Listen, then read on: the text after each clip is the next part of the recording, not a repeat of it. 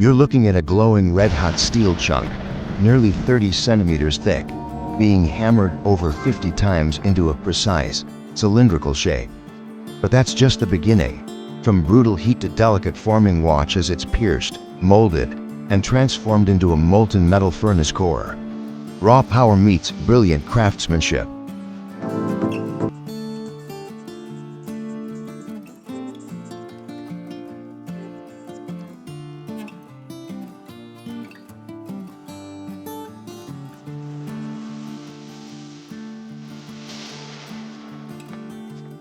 Love cool machines and insane skills? Hit that subscribe button and don't miss a thing. You know what to do, smash it now.